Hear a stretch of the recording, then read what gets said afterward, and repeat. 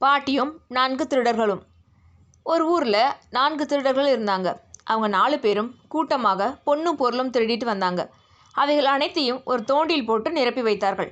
அதை பத்திரமாக ஒரு இடத்தில் வைக்க ஆசைப்பட்டார்கள். ஒவ்வொருவரும் ஒவ்வொரு இடத்தை சொன்னார்கள். ஒருவர் கூட மற்றொரு யோசனையை ஏற்றுக்கொள்ளவில்லை. ஏனெனில் ஒருவருக்கொருவர் நம்பிக்கை இல்லாமல் இருந்தனர். கடைசியாக 4வரில் ஒருவன், நாம் வழக்கமாக சாப்பிட்டு கொண்டிருக்கிறோமே ஒரு கிழவி வீட்டில், அவளிடம் அதை கொடுத்து பத்திரமாக வைக்கச் சொல்வோம். நல்ல கிழவி, பத்திரமாக காப்பாற்றி வைப்பாள். நாம் 4வரும் ஒன்றாக சேர்ந்து போய் கேட்டால் மட்டுமே தோண்டியை கொடுக்கச் சொல்லி அவளிடம் சொல்லுவோம் என்றான். மற்ற 3வரும் 4ஆம் அவன் சொன்ன கருத்தை ஏற்றுக்கொண்டார்கள். 4வரும் பாட்டியிடம் போனார்கள். பாட்டி, நாங்கள் 4வரும் பல நாட்களாக உழைத்து பாடுபட்டு கொஞ்சம் பொருள் சேர்த்திருக்கிறோம். அதை இந்த தோண்டில் போட்டு வைத்திருக்கிறோம். இன்னும் சிறிது காலம் இந்த ஊரில் தங்க வேண்டியுள்ளது. அதற்கு பிறகு இந்த ஊரை விட்டு நாங்கள் சென்று விடுவோம். அதுவரை இந்த குடத்தை பத்திரமாக காப்பாற்றி வைத்திருந்து நாங்கள் போகும்போது கொடுக்கவும். ஆனால் ஒரு நிபந்தனை, நாங்கள் 4வரும் வந்து கேட்டால்தான் நீ அந்த தோண்டியை தர வேண்டும். தனியாக யார் வந்து கேட்டாலும் நீ கொடுக்கக்கூடாது. ஏனென்றால் இதில் உள்ள பொருட்கள் அனைத்தும் எங்கள் 4வருக்கும் சொந்தம் என்றார்கள். பாட்டியும் தோண்டியை வாங்கி வைத்துக்கொண்டு அவர்கள் சொன்னவாறே 4வரும் வந்து கேட்கும்போது தோண்டியை தருவதாக கூறினாள். சில நாட்கள் சென்றன. ஒரு நாள் பாட்டி வீட்டில் 4வரும் சாப்பிட்டுவிட்டு சற்று தூரத்தில் இருந்த ஒரு மரத்தடியில் இளைப்பாறிக் கொண்டிருந்தனர்.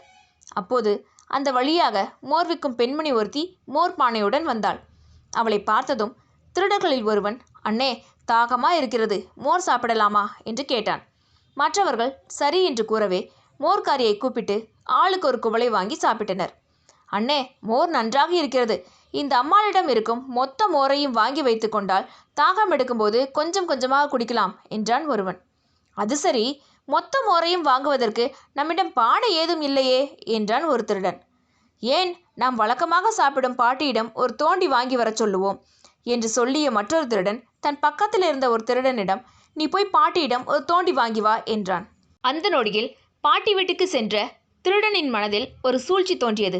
பாட்டியிடம், பாட்டி, நாங்கள் உங்களிடம் கொடுத்து வைத்தோமே அந்த தோண்டியை வாங்கி வர சொன்னார்கள் என்றான். உன்னிடம் எப்படி தர முடியும்?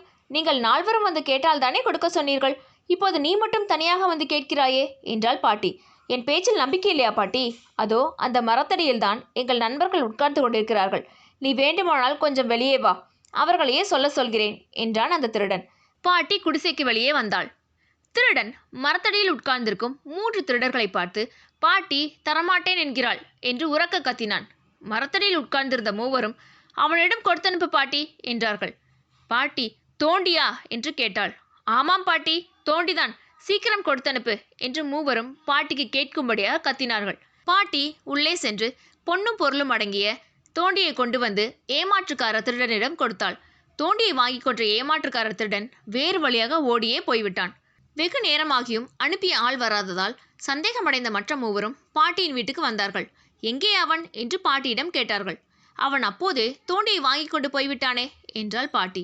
எந்த தோண்டி என்றான் 3வரில் ஒருவன். ஏன், நீங்கள் என்னிடம் கொடுத்து வைத்த அதே தோண்டியைத்தான் வாங்கி கொண்டு போனான் என்றாள் பாட்டி. இதை கேட்டதும் திருடர்கள் 3வரும் பாட்டியை கோபத்துடன், அதெப்படி நீ அவனிடம் தோண்டியை கொடுக்கலாம்? 4வரும் ஒன்றாக வந்து கேட்டால்தானே நீ கொடுக்க வேண்டும். இப்படி எங்களுக்கு நஷ்டத்தை ஏற்படுத்தி விட்டாயே, அதனால் இந்த நஷ்டத்தை நீதான் ஈடு செய்ய வேண்டும் என்று கூச்சல் போட்டனர். பாட்டி அதற்கு மறுக்கவே அவளை நீதிபதியிடம் அழைத்துச் சென்று முறையிட்டனர். வழக்கை கேட்ட நீதிபதி, பாட்டி செய்தது தவறுதான், ஒப்புக்கொண்டதற்கு மாறாக ஒருவனிடம் தோண்டியை கொடுத்ததால் அவள்தான் அதற்கு பொறுப்பேற்க வேண்டும் என்று தீர்ப்பளித்தார். வழிநெடுக புலம்பியபடியே பாட்டி நடந்தாள். அப்போது அங்கு மரியாதை ராமன் அழுது கொண்டே வரும் பாட்டியிடம் நடந்ததை கேட்டறிந்தான். நடந்ததை முழுவதையும் கேட்டறிந்த மரியாதை ராமன், இது என்ன அநியாயமான தீர்ப்பு, இது சரியில்லையே என்று தனது கருத்தை தெரிவித்தான். இதை பார்த்து கொண்டிருந்த அரசாங்க சேவகர்கள் மன்னரிடம் அப்படியே இந்த செய்தியை தெரிவித்துவிட்டனர். அரசன் மரியாதை ராமனை அழைத்து, எமது அரசவையில் கொடுக்கப்பட்ட தீர்ப்பையே நீ விமர்சனம் செய்தாயாமே, சரி, நீ தீர்ப்பு சொல்லியிருந்தால் இந்த வழக்கில் என்ன தீர்ப்பு சொல்லியிருப்பாய் என்று கேட்டார். அரசே, 4 பேரும் ஒன்றாக வந்து கேட்டால்தானே பாட்டி அந்த தோண்டியை கொடுக்க வேண்டும். ஆனால் இப்போது 3 பேர் தானே வந்து தோண்டியை கேட்கிறார்கள். இவர்கள் 3வரும் போய் 4வது ஆசாமியும் தம்முடன் கூட்டிக் கொண்டு வரட்டும். அப்போது பாட்டி நிச்சயம் அவர்கள் கொடுத்த தோண்டியை திருப்பி கொடுத்து விடுவாள் என்றான். மரியாதராமன் அளித்த தீர்ப்பை கேட்டு மன்னர் மிகவும் வியந்து போனார். ராமனை அப்போதே அரசவை நீதிபதியாக நியமித்தார். மரியாதை ராமனிடம் அது முதல் பல வழக்குகள் வந்தன. அவற்றில் பல எவராலும் தீர்ப்பளிக்க முடியாதவை. நீதிபதிகளே குழம்பி போகக்கூடிய பல வழக்குகளிலும் மரியாதை ராமன் தன் அறிவுத்திறமையினால் மிகச் சிறந்த தீர்ப்புகளை வழங்கியுள்ளார். விருப்பமானதை கொடு. ஒரு ஊரில் ஒரு வியாபாரி இருந்தார். அவர் கொஞ்சம் கொஞ்சமாக வியாபாரத்தில் பணம் சேர்த்து 10,000 வராகன்கள் சேர்த்து விட்டார். இந்த சமயத்தில் அவர் உடல்நிலை பாதிக்கப்பட்டது. படுத்த படுக்கையாக விழுந்து விட்டார். அவருக்கு ஒரே மகன். அவன் சிறிய பையனாக இருந்தான். அந்த வியாபாரிக்கு வேறு உறவினர் எவரும் கிடையாது. தாம் இனி பிழைக்க மாட்டோமே என அஞ்சினார். தாம் இறந்துவிட்டால் தன் மகனை எவராவது ஏமாற்றி தாம் அரும்பாடுபட்டு சேர்த்த பொருளை எல்லாம் அபகரித்து சென்று விடுவார்களோ என்று பயந்தார். தமக்கு மிகவும் வேண்டிய நண்பர் ஒருவரை கூப்பிட்டார். அவரிடம் தன் அரும்பாடுபட்டு சேர்த்து வைத்த 10,000 வராகன்களையும் ஒப்படைத்தார். நண்பனே, என் மகன் வளர்ந்து பெரியவனானதும் உனக்கு விருப்பமானதை அவனுக்கு கொடு என்று கூறினார். சிறிது நாட்களில் அந்த வியாபாரியும் இறந்து விட்டார். பையன் வளர்ந்து பெரியவனானான். தன் தகப்பனாரின் நண்பரிடம் சென்றான். அவரிடம் தம் தந்தை கொடுத்து வைத்திருந்த 10,000 வராகன்களை திருப்ப கொடுக்குமாறு கேட்டான். வியாபாரியின் நண்பன் பெரிய மோசக்காரனாக இருந்தான். உன் தந்தை இறக்கும்போது எனக்கு விருப்பமானதை உனக்கு கொடுக்க சொன்னார். வீணாக பூரா பணத்துக்கு ஆசைப்படாதே. இந்த 1000 வராகன், இதை எடுத்து சென்று எங்காவது போய் பிழைத்துக்கொள் என்று 1000 வராகன்கள் அடங்கிய பணமுடிப்பை அவனிடம் கொடுத்தான். வியாபாரியின் மகனுக்கு இது பெரும் அதிர்ச்சியை தந்தது. மிகவும் நல்லவர் என்று தன் தந்தையார் நம்பிய அவருடைய நண்பனின் செய்கை அவனுக்கு அளவற்ற வேதனையை தந்தது. நேரே மரியாதை ராமனிடம் சென்று முறையிட்டான். மரியாதை ராமன் வியாபாரியின் நண்பனை அழைத்தான். இந்த சிறுவன் கூறுவது உண்மையா என்று அவரிடம் கேட்டார் மரியாதை ராமன். ஆமையா, இவன் தந்தை என்னிடம் 10,000 வராகன்களை கொடுத்து இவன் வளர்ந்து பெரியவனானதும் எனக்கு விருப்பமானதை சிறுவனுக்கு கொடுக்க சொன்னார். அதன்படி நான் இவனுக்கு 1000 வராகன்கள் கொடுத்துள்ளேன். அதுவே பெரிய தொகை என்றான் மோசக்காரன். உம்முடைய நண்பர் சொன்னவாறு நீங்கள் நடந்து கொள்ளவில்லையே என்றார் மரியாதை ராமன். மோசக்காரனுக்கு ஒன்றும் புரியவில்லை.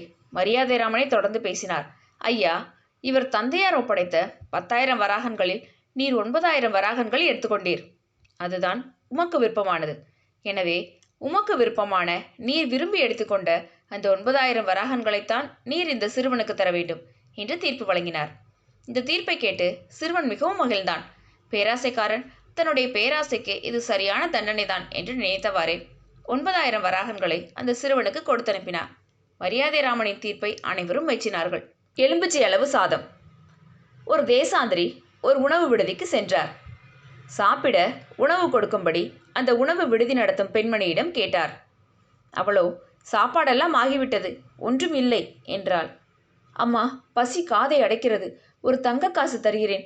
ஒரு எலும்பிச்சைங்காய் அளவு சாதம் போட்டாலும் பரவாயில்லை என்றான் தேசாந்திரி.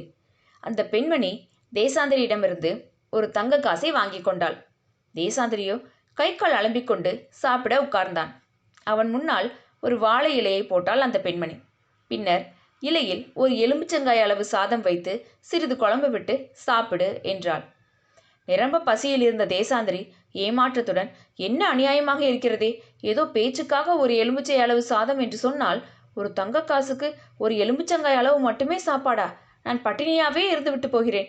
உன் சாப்பாடு வேண்டாம், என் காசை திருப்பிக் கொடு என்றார். அந்த பெண்மணியோ தான் வாங்கிய பணத்தை திரும்பி தர முடியாது என்று பிடிவாதமாக சொல்லிவிட்டாள். அந்த தேசாந்திரிக்கு பெருத்த ஏமாற்றமாகி போனது. பசியும் கோபமும் சேர்ந்து கொண்டது. அவர் மரியாதை ராமனை பற்றி கேள்விப்பட்டார். நேராக மரியாதை ராமனிடம் சென்று தன் வழக்கை கூறினார். ஐயா, ஒரு பேச்சுக்காக இந்த அம்மாவிடம் ஒரு எலும்பிச்சை அளவு சாதம் போட்டால் ஒரு தங்க காசு தருகிறேன் என்று கூறினேன். ஆனால் அந்த பெண்மணியோ என்னிடம் ஒரு தங்க காசு வாங்கி கொண்டு உண்மையாகவே எலும்பிச்சை அளவு சாதம் போட்டார்கள். சாதம் வேண்டாம், காசை திருப்பி கொடுத்து விடு என்றால் தரமாட்டேன் என்று பிடிவாதம் பிடிக்கிறார்கள் என்றார் தேசாந்திரி. இவர் சொல்வது உண்மைதானா என்று உணவு விடுதி பெண்மணியிடம் கேட்டார் மரியாதை ராமன். அந்த பெண்மணியும் ஆமாம் என்றாள். மேலும் அவர்தான் எலும்பிச்சங்காய் அளவு சாதம் போடு என்றார். அதைத்தானே நான் செய்தேன் என்றாள். உடனே மரியாதை ராமன், நீங்கள் இவருக்கு போட்ட சாதத்தை கொண்டு வந்து காட்ட முடியுமா என்றான். அந்த பெண்ணும் இலையில் அப்படியே இருக்கிறது என்று சொல்லி இலையில் போட்டபடியே இருந்த அந்த சாதத்தை அப்படியே கொண்டு வந்து காட்டினாள். இலையில் இருந்த சாதத்தை கூர்ந்து பார்த்த மரியாதை ராமன், ஒரு சாதம் கூட எலும்பிச்சங்காய் அளவு இல்லையே என்றார். எலும்பிச்சங்காய் அளவு சாதமா என்று வாயை பிளந்தாள் அந்த பெண்மணி. ஆமாம், இவர் எலும்பிச்சங்காய் அளவுள்ள சாதம் தானே போட சொன்னார்.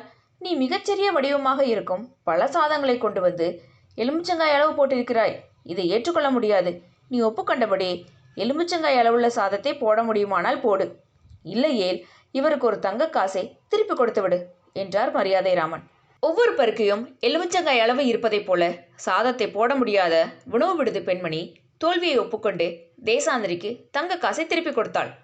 உணவு விடுதி பெண்ணின் பேராசையை சமயோஜிதமாக கையாண்டு தீர்வு சொன்ன மரியாதை ராமனை அனைவரும் பாராட்டினார்கள். ஆளுக்கு ஒரு கால். ஒரு ஊரில் 4 நண்பர்கள் கூட்டாக பஞ்சு வியாபாரம் செய்து வந்தனர்.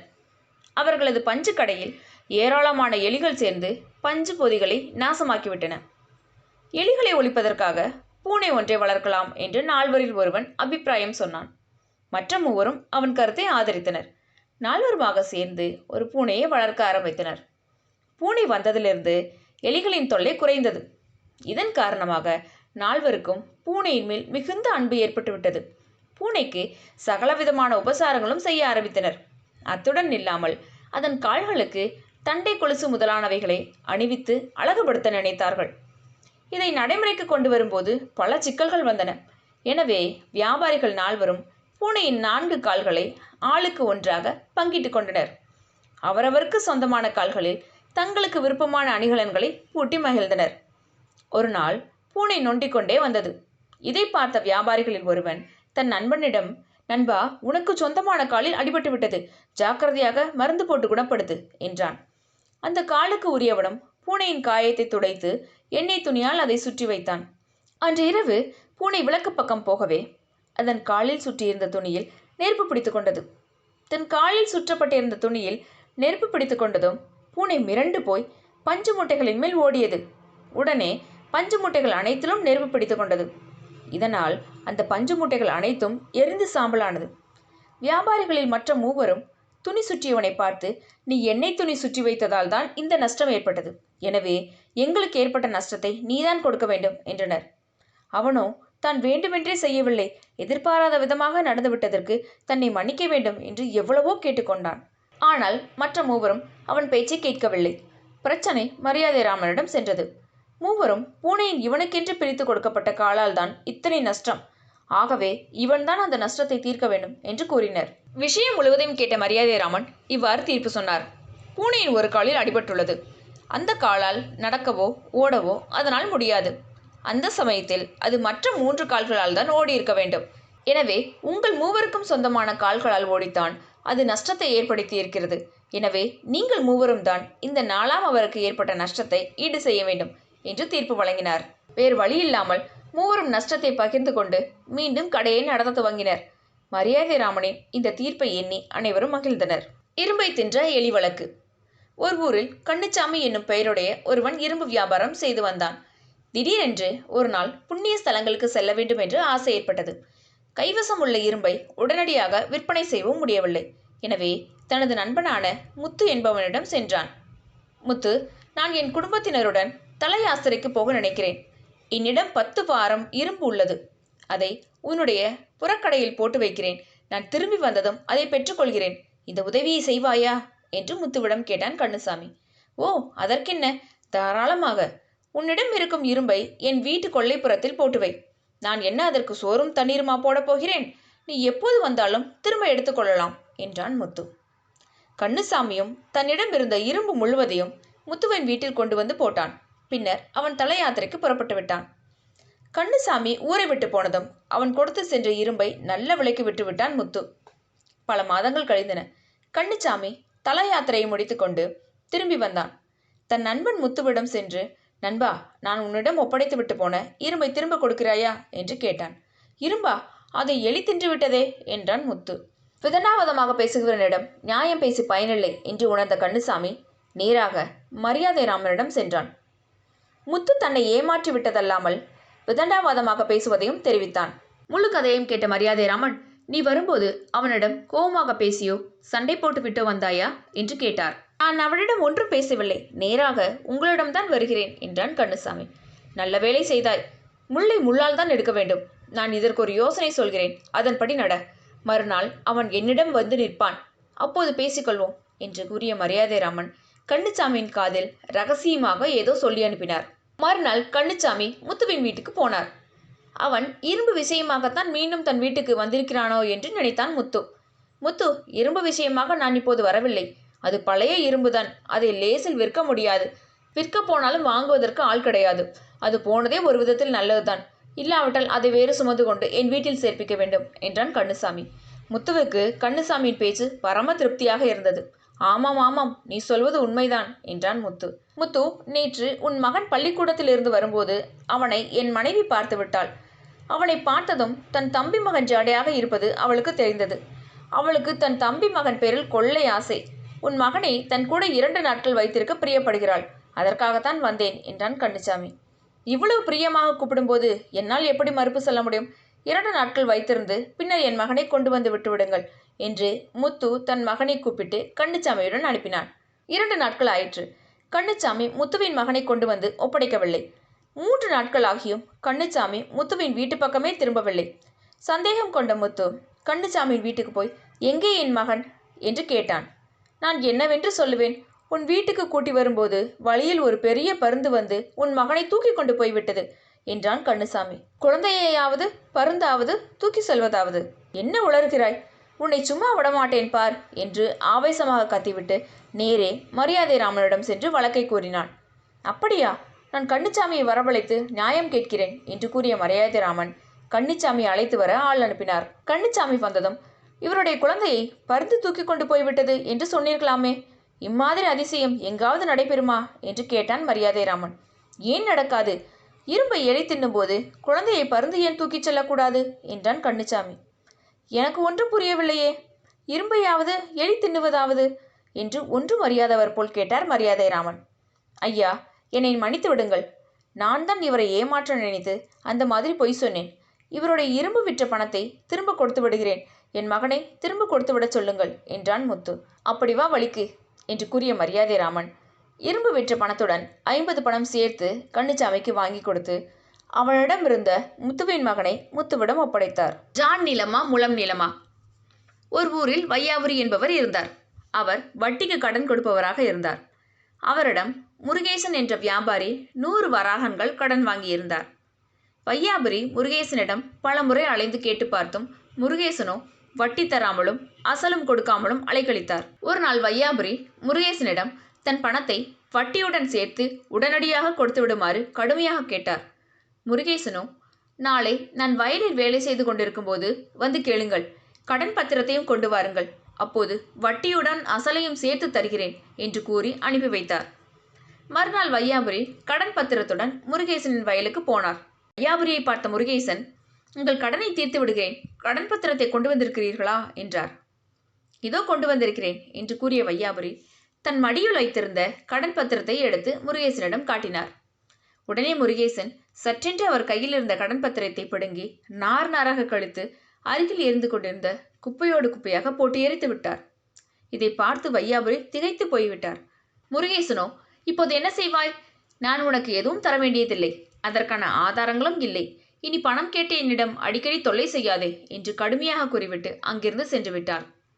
மிகுந்த ஏமாற்றமும் அவமரியாதையும் அடைந்த வையாபுரி மரியாதை ராமனிடம் நடந்ததை முறையிட்டார். அனைத்தையும் பொறுமையாக கேட்டுக்கொண்டிருந்த மரியாதை ராமன் முருகேசன் எழுதி கொடுத்த கடன் பத்திரம் எவ்வளவு நீளம் இருக்கும் என்று கேட்டார். 1 ஜான் நீளம்தான் இருக்கும் என்றார் வையாபுரி. நாளைய தினம் இதே கேள்வியை உங்களிடம் கேட்பேன், அப்போது நீங்கள் 1 முழம் நீளம் இருக்கும் என்று சொல்ல வேண்டும் என்றார். வையாபுரியும் சம்மதித்தார். மறுநாள் வழக்கு மன்றத்துக்கு வந்தது.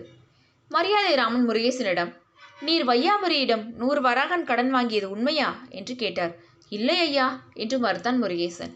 நீ கடன் வாங்கி கொண்டு கடன் பத்திரம் கூட எழுதி கொடுத்ததாக வையாபுரி சொல்கிறாரே என்றார் மரியாதை ராமன். பொய், நான் இவரிடம் கடன் வாங்கவும் இல்லை, கடன் பத்திரம் எழுதி கொடுக்கவும் இல்லை என்றார் முருகேசன். மரியாதை ராமன் வையாபுரியை பார்த்து, இவர் உம்மிடம் கடன் வாங்கி கொண்டு பத்திரம் எழுதி கொடுத்தார் என்று சொன்னீர்கள் அல்லவா, அதன் நீளம் எவ்வளவு இருக்கும் என்றார். 1 முழம் நீளம் இருக்கும் என்றார் வையாபுரி. உடனே முருகேசனுக்கு கோபம் வந்துவிட்டது. ஏன் புழுகுகிறாய்?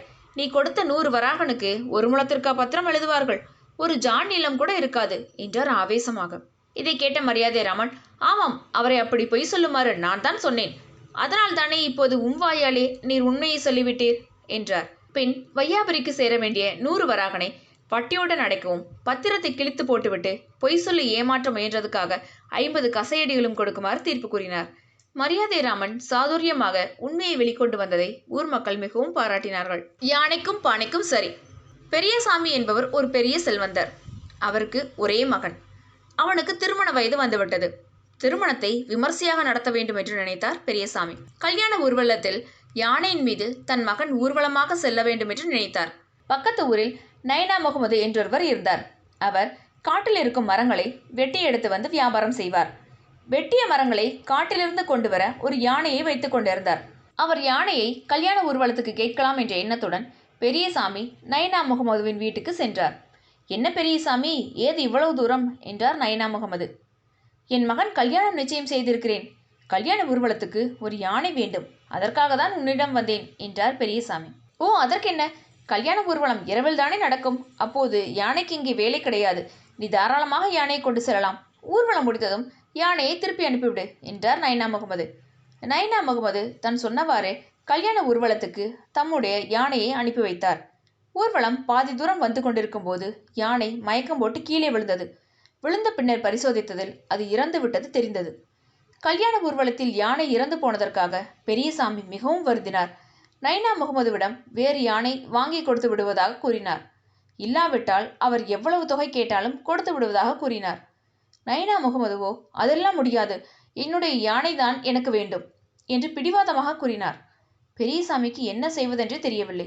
மரியாதைராமனிடம் சென்று தன் வழக்கை கூறினார்.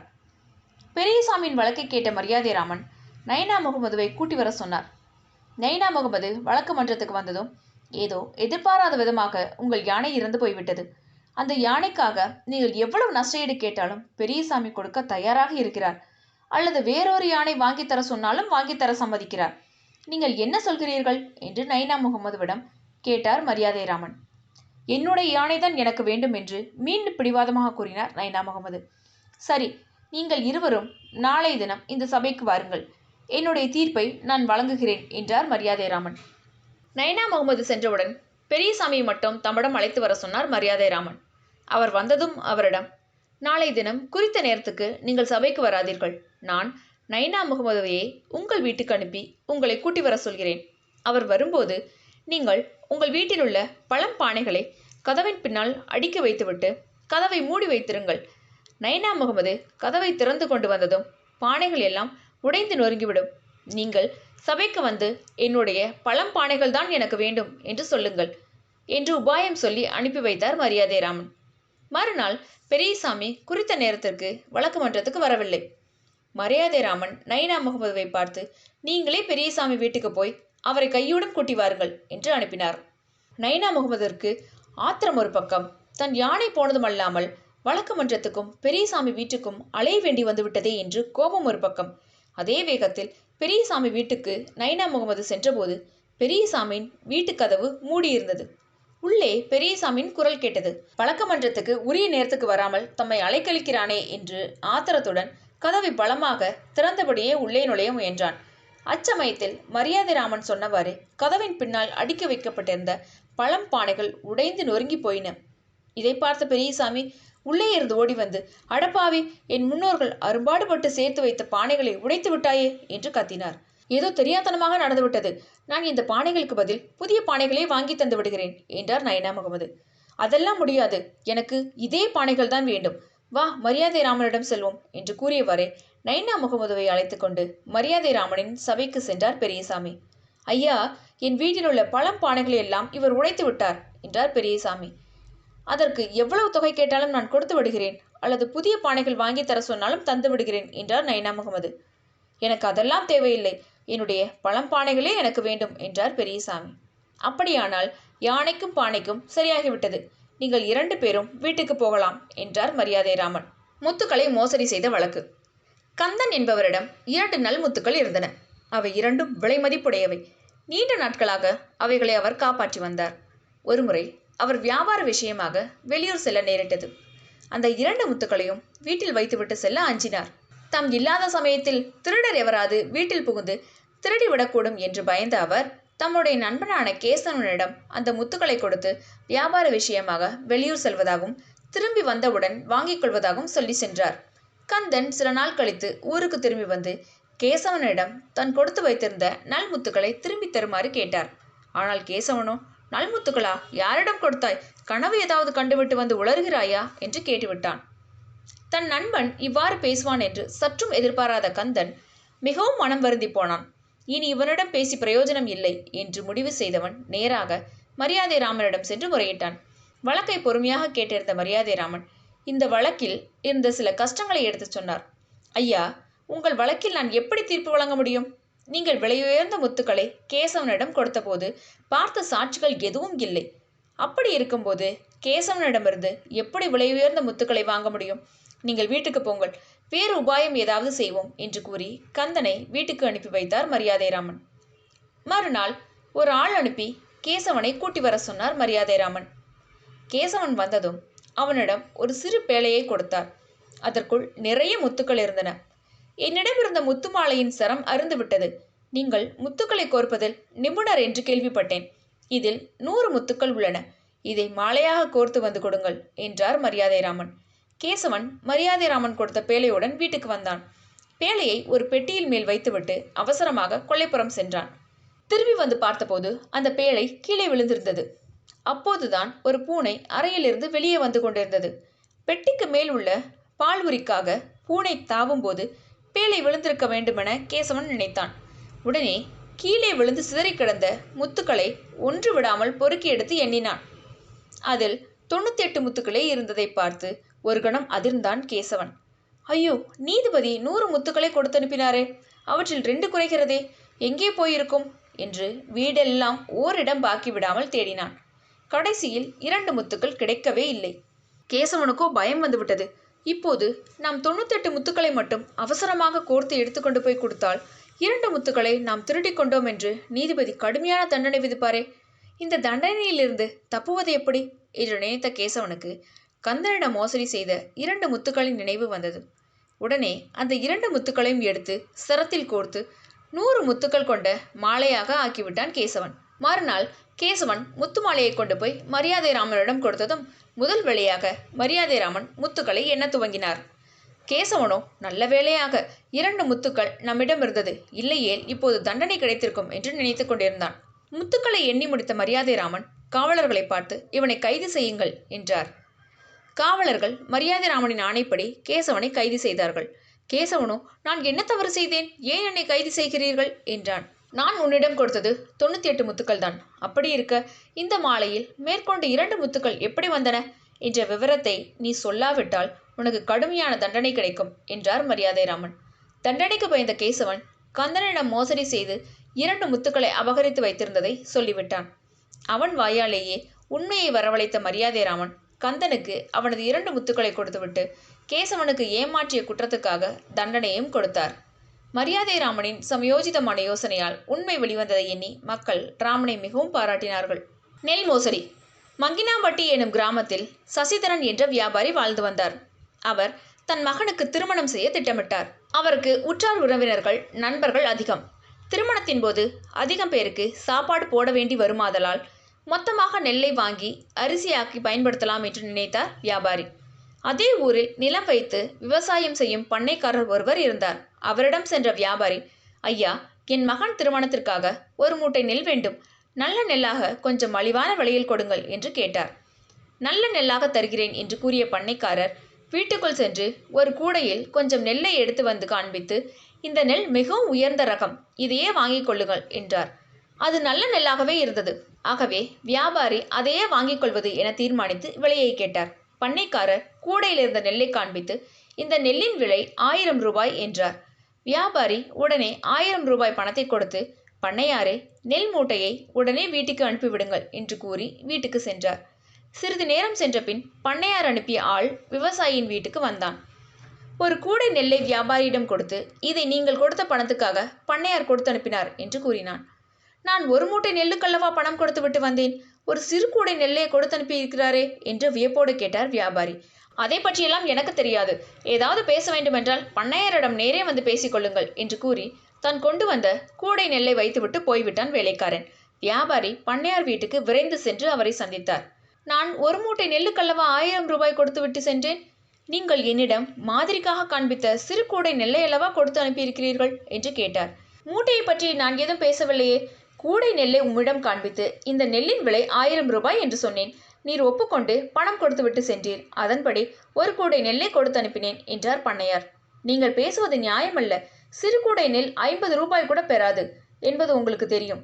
அந்த நெல்லுக்கு 1000 ரூபாய் பணம் வாங்கியது மோசடி அல்லவா என்று கோபத்தோடு கேட்டார் வியாபாரி. நான் ஒரு சிறு கூடை நெல்லை உம்மிடம் காண்பித்து இதன் விலை 1000 ரூபாய் என்று சொன்னேன். உமக்கு விலை ஒத்து வரவில்லை என்றால் வேண்டாம் என்று திரும்பி போயிருக்க வேண்டும். விலையை ஒப்புக்கொண்டு பணத்தை கொடுத்து சென்றுவிட்டு இப்போது வந்து தகராறு செய்வது என்ன நியாயம் என்று கேட்டார் பண்ணையார். இருவருக்கும் இடையே சச்சரவு அதிகரித்தது. பண்ணையார் தான் சொன்னதையே சரியென விடாப்படியாக சாதித்தார். அவரிடம் மேற்கொண்டு பேசுவதால் ஒரு பயனும் ஏற்படாது என்று உணர்ந்த வியாபாரி மரியாதை ராமனிடம் சென்று முறையிட்டு தனக்கு நீதி வழங்குமாறு கேட்டுக்கொண்டார். மரியாதை ராமன் பண்ணையாரை வரவழைத்து விசாரணை செய்தார். நீதிபதி அவர்களே, நான் தவறு ஏதும் செய்யவில்லை. ஒரு கூடை நெல்லை காண்பித்து இதன் விலை 1000 ரூபாய் என்று சொன்னேன். ஒப்புக்கொண்டு வியாபாரி பணம் கொடுத்தார். இப்போது விலை ரொம்ப அதிகம் என்று கூறுகிறார். இதற்கு நான் என்ன செய்ய முடியும் என்றார் பண்ணையார். தர்மபிரபு, நான் ஒரு மூட்டை நெல் தேவைப்படும் என்று கூறித்தான் விலை கேட்டேன். இவர் நெல்லின் மாதிரிக்காக சிறு கூடையில் கொஞ்சம் நெல்லை காண்பித்தார். இவர் கூறிய விலை ஒரு மூட்டையின் நெல்லின் விலை என்றுதான் எண்ணிக்கொண்டேன் என்றார் வியாபாரி. பண்ணையாரே, சாதாரணமாக தற்சமயம் ஒரு மூட்டை நெல்லின் விலை 1000 ரூபாய்க்கு விற்கிறது. அப்படி இருக்க ஒரு சிறு கூடை நெல்லுக்கு 1000 ரூபாய் என்று எவ்வாறு நிர்ணயம் செய்தீர் என மரியாதை ராமன் கேட்டார். நெல் வெளியே என்ன விலைக்கு வேண்டுமானாலும் இருக்கலாம். ஆனால் வியாபாரியிடம் ஒரு கூடை நெல்லை காண்பித்து இதன் விலை 1000 ரூபாய் என்று சொன்னேன். இவர் சரியென்று ஒப்புக்கொண்டு பணத்தை கொடுத்தார். விலை பிடிக்கவில்லை, அதிகம் என்று தோன்றியிருந்தால் அப்போதே இவர் அதை சொல்லியிருக்க வேண்டும். விலை பிடிக்காவிட்டால் பணம் கொடுக்காமல் திரும்ப போயிருக்கலாம். இப்போது வியாபாரி ஆட்சேபனை செய்வதில் என்ன பிரயோஜனம் என்று பண்ணையார் சாமர்த்தியமாக பதில் சொன்னார். பண்ணையார் வெறும் வார்த்தை ஜாலங்களை செய்து அந்த அடிப்படையில் வியாபாரியை வஞ்சிக்க நினைக்கிறார் என்பதை மரியாதை ராமன் புரிந்து கொண்டார். பண்ணையார் செய்வது போலவே வார்த்தை ஜாலம் செய்து அவரை மடக்க வேண்டும் என்று மரியாதை ராமன் தீர்மானித்து கொண்டார். பிறகு இருவரையும் நோக்கி, இந்த வழக்கை பற்றி நான் முழுமையாக ஆராய்ந்து ஒரு முடிவுக்கு வருவதற்கு 1 மாதம் ஆகும். அதுவரை நீங்கள் இருவரும் ஒரே வீட்டில் வசிக்க வேண்டும். பண்ணையாரே, இந்த 1 மாதத்திற்கு உமக்கு வியாபாரி தம்முடைய செலவில் சாப்பாடு போட வேண்டும். சாப்பாடு விஷயத்தில் வியாபாரி எந்த அளவு சாப்பிடுகிறாரோ அதே அளவு சாப்பாட்டை உமக்கு அவர் அளிக்க வேண்டும். நீங்கள் 2 பேரும் வெளியே வேறு எங்கும் சாப்பிடக்கூடாது என்று கூறினார். நிபந்தனையை இருவரும் ஒப்புக்கொண்டனர். மரியாதை ராமன் வியாபாரியை தனியாக அழைத்து, பண்ணையாருடன் சேர்ந்து சாப்பிடுவதற்கு முன்னதாக சமையலறையில் வயிறு நிறைய சாப்பிட்டுவிடும். பண்ணையாருடன் சாப்பிட அமரும்போது உமது இலையில் ஒரே ஒரு சோற்று பருக்கையை மட்டும் போட்டுக்கொள்ளும். இதே போல சோற்றை பண்ணையார் இலையில் போட்டுவிடும். நான் சாப்பிடுகிற அளவு ஒரு பருக்கை சோறுதான், இதையே உமக்கும் போட்டிருக்கிறேன் என்று கூறிவிடும் என சொல்லி அனுப்பினார். 2வது நாளே பண்ணையார் மரியாதை ராமனை தேடி வந்தார். ஐயா, வியாபாரி ஒவ்வொரு வேளையிலும் ஒரே ஒரு சோற்று பருக்கையை தான் எனக்கு பரிமாறுகிறார். ஒரு சோற்று பருக்கையை உண்டு ஒரு மனிதனால் எப்படி உயிர் வாழ முடியும்? பசிதான் அடங்குமா? பசியும் பட்டினியுமாக 2 நாட்களாக நான் அவதிப்படுகிறேன். தயவு செய்து வேறு ஏதாவது ஏற்பாடு செய்யுங்கள். வியாபாரியை வயிறு நிறைய சோறு போட சொல்லுங்கள் என்றார். நீ சொல்வது மாதிரி எவ்வாறு செய்ய முடியும்? வியாபாரி உமக்கு சோறு போட வேண்டும் என்பதை மட்டும்தான் நீர் ஒப்புக்கொண்டீர். வயிறு நிறைய சோறு போட வேண்டும் என்று நீர் கேட்கவில்லையே. அதனால் மிச்சம் இருக்கும் நாட்களை அந்த ஒரே ஒரு சோற்று பருக்கையை உண்டுதான் ஆக வேண்டும் என்று கூறினார் மரியாதை ராமன். ஐயா, சோறு என்று சொன்னாலே வயிறு நிறைய சோறு என்றுதானே அர்த்தம். ஒரு பருக்கை சோற்றை போட்டுவிட்டு முன்பே சொல்லவில்லையே என்று கேட்பது நியாயமா என்று பரிதாபமான குரலில் கேட்டார் பண்ணையார். ஐயா பண்ணையாரே, வியாபாரி தமக்கு 1 மூட்டை நெல் வேண்டுமென்று கேட்டு விலையை விசாரித்தார். நீர் விலையை சொன்னீர். ஆனால் ஒரு சிறு கூடை நெல்லை மட்டுமே கொடுத்துவிட்டு 1 மூட்டை நெல்லின் விலையை வாங்கி கொண்டீர். இதை கேட்டால் விதண்டாவாதம் பேசுகிறீர். வியாபாரி விஷயத்தில் நீர் நடந்து கொண்டது நியாயம் என்றால் சாப்பாட்டு விஷயத்தில் அவர் நடந்து கொள்வதும் நியாயம்தான். நீரே ஒப்புக்கொண்டவாறு 1 மாத காலத்துக்கு 1 பருக்கை சோற்று உண்டுதான் நீர் நிபந்தனையை பூர்த்தி செய்ய வேண்டும் என்று கண்டிப்பான குரலில் கூறினார் மரியாதை ராமன். பண்ணையார் தான் செய்த தவறை உணர்ந்து, நீதிபதி அவர்களே, வியாபாரியின் விஷயத்தில் நான் நடந்து கொண்டது தவறுதான் என்பதை ஒப்புக்கொள்கிறேன். அருள் கூர்ந்து என்னை மன்னிக்க வேண்டும் என்று வேண்டிக் கொண்டார். பண்ணையாரே, உம்மை போன்றவர்களை மன்னிப்பது சரியல்ல. வசதி வாய்ப்பு படைத்த நீர் ஒரு அப்பாவி வியாபாரியை ஏமாற்றி மோசடி செய்ய துணிந்தது ஒரு பெரிய குற்றம். அறியாமல் செய்த குற்றத்தை மன்னிக்கலாம். தெரிந்து வேண்டுமென்றே ஒருவரை மோசடி செய்யும் நோக்கில் திட்டமிட்டு குற்றமளிப்பதற்கு கடுமையான தண்டனைத்தான் அளிக்க வேண்டும். என்றாலும் நீர் முதல் முறையாக இந்த குற்றத்தை செய்திருப்பதால் உமக்கு கடுமையான தண்டனை கொடுக்காமல் விடுகிறேன். வியாபாரிக்கு நீர் 1 மூட்டை நெல்லுக்கு பதிலாக 2 மூட்டை நெல்லை கொடுக்க வேண்டும் என்று தீர்ப்பளித்தார். தலை தப்பியது தம்பிரான் புண்ணியம் என்று பண்ணையார் நிம்மதி அடைந்து மரியாதை ராமன் உத்தரவுப்படி வியாபாரிக்கு 2 மூட்டை நெல்லை கொடுத்தார்.